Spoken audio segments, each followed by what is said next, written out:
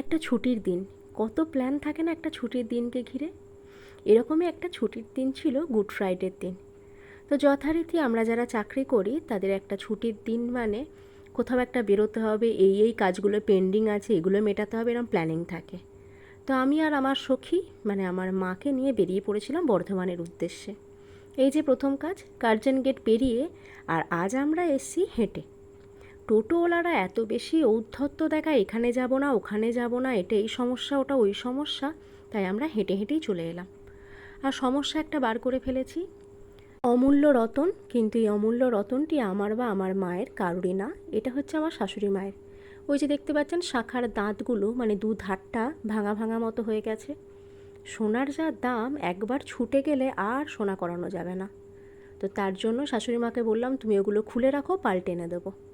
তো দু রকম শাখা পছন্দ করে নিয়েছি। আর এই শাখাগুলো প্রচুর দাম নেয়, 1000 টাকার কম তো হয়ই না। একটা একটু ডিজাইন করা, একটা সিম্পল।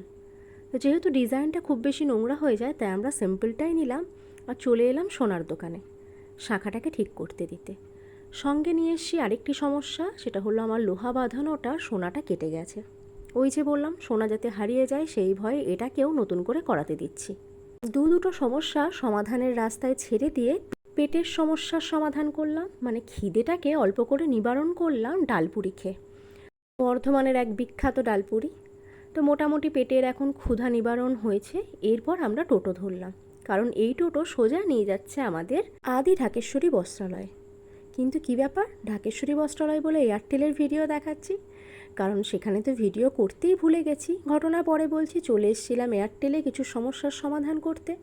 আর তারপর যথারীতি দেখছি শুক্রবার হাট খোলা, তাই চলে এলাম আমরা তাঁতের হাটে। আর এই যে 3 প্রজন্ম, মা, আমি আর আমার বোনঝি, যথারীতি এই গরমের মধ্যে তাঁতের হাট প্রচুর ঘোরাঘুরি করার পরেও কুর্তির কাছে এসে দাঁড়িয়ে গেলাম। শাড়ি তো একটাও কেনা হলো না। তো কুর্তিগুলো বেশ পছন্দ হলো, গরমে পরার মতো কুর্তি। এখান থেকে দুটো কুর্তি নিয়ে নিলাম।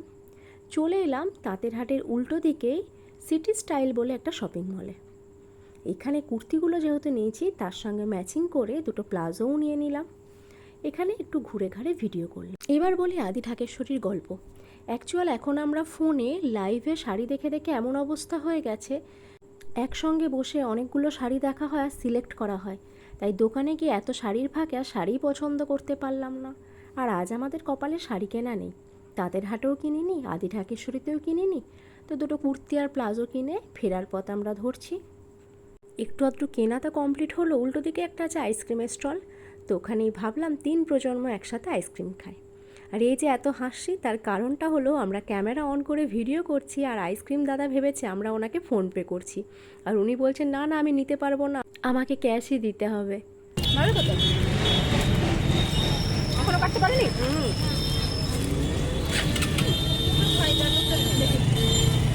কত হয়েছে হিসাব করো। এটা ভালো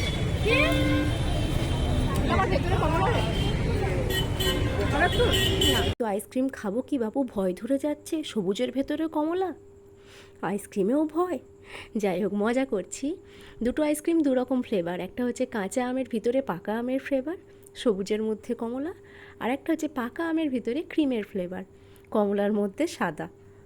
আইসক্রিম খেয়ে নিয়ে আমরা চলে যাচ্ছি আমাদের পছন্দের ক্যাফে গোল টেবিল ক্যাফে। চা হচ্ছে। সকাল 8:33 ট্রেনে বেরিয়েছি, কখন ফিরবো আমরা জানি না। তো দুপুরবেলা কি খাবো ঠিক করতে না পেরে চলে এলাম পছন্দের ক্যাফে গোল টেবিলে।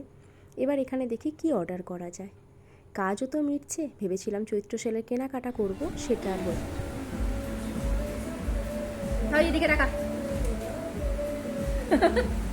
দুজন দুজনের কাজে কেউ কারোর মুখ দেখতে পাবে না। দুজন দুজনের কাজে কেউ কারোর মুখ দেখতে পাবে না।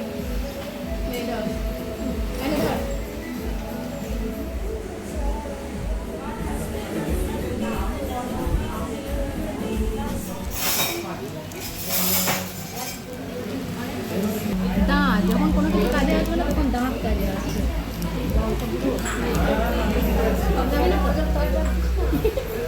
মা অলরেডি বলতে শুরু করে দিয়েছে, লঙ্কা গুঁড়ো দিচ্ছি, ঝালে মরে যাব। তো স্বাভাবিক ব্যাপার, বাড়িতে লঙ্কা গুঁড়ো, শুকনো লঙ্কা ইউজ করে করে তেল লঙ্কা মেখে আলু ভাতে খেয়ে খেয়ে আমরা বড় হয়ে গেলাম। সেখানে হঠাৎ করে চিলি ফ্লেক্স পিৎজার ওপরে দিলে এরকমই তো মনে হওয়াটাই স্বাভাবিক ব্যাপার।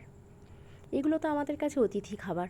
যাই হোক, একটা চিকেন পিৎজা অর্ডার করেছিলাম যেটা এসে গেছে, আর এরপরে আরেকটা পিৎজা অর্ডার করেছে সেটা হচ্ছে পনির পিৎজা। তা আমাদের এই 3 প্রজন্মের সবথেকে ছোট প্রজন্ম মানে আমার বোন যে, তার প্রথম প্রশ্ন থাকে গোল টেবিলগুলো গোল কেন নয়। এটা আগের বারও প্রশ্ন করেছে, এবারেও বলেছে টেবিলগুলো কেন চৌকো। পিৎজার পর একটু ভিডিও রাখলাম। এটা হচ্ছে চিকেন পিৎজাটা, আর এরপর আছে পনির পিৎজা। সবই সেম, শুধুমাত্র টপিংসটা আলাদা, আর কিছুই না। কিন্তু যাই হোক, খেতে বেশ ভালোই লাগে। এটা দিয়ে দিই, অরিজিনালটা না দিলে ভালো লাগে।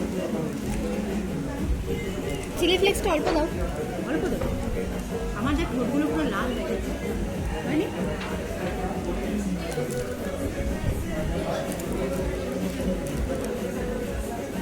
এটা হাতে কাটুন।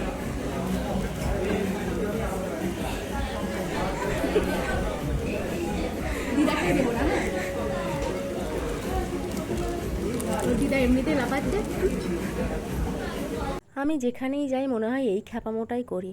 তো আমার খ্যাপামো আটকানোর জন্য যে লোকটা থাকে, আমার কর্তা, সে তো আর নেই। সে থাকলে 16 কলা পূর্ণ হয়। তো সে নেই, আজকে আমরা এই 3 প্রজন্ম মিলেই খ্যাপামো করছি। কারণ চিলি ফ্লেক্সটা কোনো কিছুতে আর ছিটতে পারছি না, তাই রেস্টুরেন্টে বসে বসে দাঁতই ভরসা, দাঁতে করে কেটে নিয়ে ব্যাস, আবার কি। খাওয়ার সময় বেশি ফর্মালিটিস দেখিয়ে দেরি করে লাভ নেই, কি বলেন জনগণ? যাই হোক, আজকের লাঞ্চ বলতে এই দুটোই ছিল কপালে। এই দুটো খেয়ে আমাদের বেরোনোর পালা। আর চৈত্র সেলে কেনাকাটা করব বলে এসে কিছুই তো কিনতে পারলাম না এখনও। শাড়ি তো হয়নি, দুটো কুর্তি আর দুটো প্যান্ট নিয়ে বাড়ি যাব, কি সেটা কি আর হয়? তাই ভাবলাম একটু আজকে হাঁটতে হাঁটতে বাড়ি ফিরবো, আর 2-1টা চুড়িদার কিনবো। সেই হিসাবে আমরা এখান থেকে বেরিয়ে চলে গেছিলাম কার্জন গেটের উদ্দেশ্যে, ম্যাডাম বলে একটি দোকানে। তো সেই দোকানে গিয়েও তাদের কাছে চুড়িদার কিনতে গিয়ে দেখলাম টাটা। আর ভাইয়ের জন্য প্যাকেটটা দেখিয়ে দেবো, ভাববে যে যে রেঞ্জের আমি চাইছি সেই রেঞ্জের থেকে অনেকটাই হাই রেঞ্জ নর্মাল পরা চুড়িদার চাইছি। এবার রেঞ্জ অনুযায়ী আমার পছন্দ হচ্ছিল না বলে নিইনি। এখানে হয়তো অনেকে বলতেই পারে যে এটাকে কিপটে। না, আমি কিপটে সেই অর্থে নই, নিজে রোজগার করি তো সেই অনুযায়ী নিজের রোজগারের টাকা একটু বুঝে শুনে খরচ করি। আর নিজের রোজগারের অর্থটা জানি, কত কষ্ট করলে পারে টাকা সঞ্চয় করা সম্ভব হয়। তাই অযথা খরচটাকে আমার ভীষণ গায়ে লাগে। তো এই দোকানে চুড়িদার পছন্দ না হওয়াতে চলে এলাম কার্জন গেটে, আর ঢুকে পড়লাম নভেলটিতেও অনেক কিছু দেখার পরে এই চুড়িদারটাই পছন্দ হলো। মোটামুটি রেঞ্জে 1150 মতো নিল। তো এটাই নিয়ে চলে এলাম। যদিও এটা পিস চুড়িদার না, এটাকে বানাতে দিতে হবে। তো চৈত্র সেল বলে এমন কিছু সেল কিন্তু চলে না। 5টা 43 বাজছে বর্ধমান স্টেশনে। 6টার ট্রেন ধরে আমরা বাড়ি চলে এলাম। তো বাড়িতে এসে একটু একটু করে দেখিয়ে দিই আজকে কী কী কাজ হলো বা কী কী কিনলাম। আর এই দেখুন, শাখাটায় সোনাটাও পরানো হয়ে গেছে, আর আমার মা একটু পরিষ্কার করে দিয়েছিল, একদম মনে হচ্ছে নতুন শাখা বাঁধানো। আর এই যে নভেলটি থেকে নেওয়া চুড়িদারটা, যেটা প্রথমেই দেখলেন দোকানে, সেটাই বার করে দেখাচ্ছি। যদিও কার্পেটের কালার সঙ্গে চুড়িদারের কালারটা একই রকম লাগছে বলে বোঝা যাচ্ছে না, বিছানার চাদরের ওপর রেখে দেখাচ্ছে। এই দেখুন, আমি একটু ভি-নেক চুড়িদার চাইছিলাম ভালো কোয়ালিটির কাপড়ের ওপর। যাই হোক, এটাই পছন্দ হলো আলটিমেটলি। তবে কুর্তি দুটো কম দামে ভীষণ ভালো হয়েছে। এই হয়েছে তার প্লাজো প্যান্ট দুটো, আর কুর্তিগুলোর দাম নিয়েছে 250 আর 280 এরম কিছু একটা হবে। যাই হোক, আজকের ভিডিও এই পর্যন্তই, ছুটির দিনের নর্মাল একটা ব্লগ। তো ভালো থাকবেন, দেখা হবে অন্য একটি ব্লগে।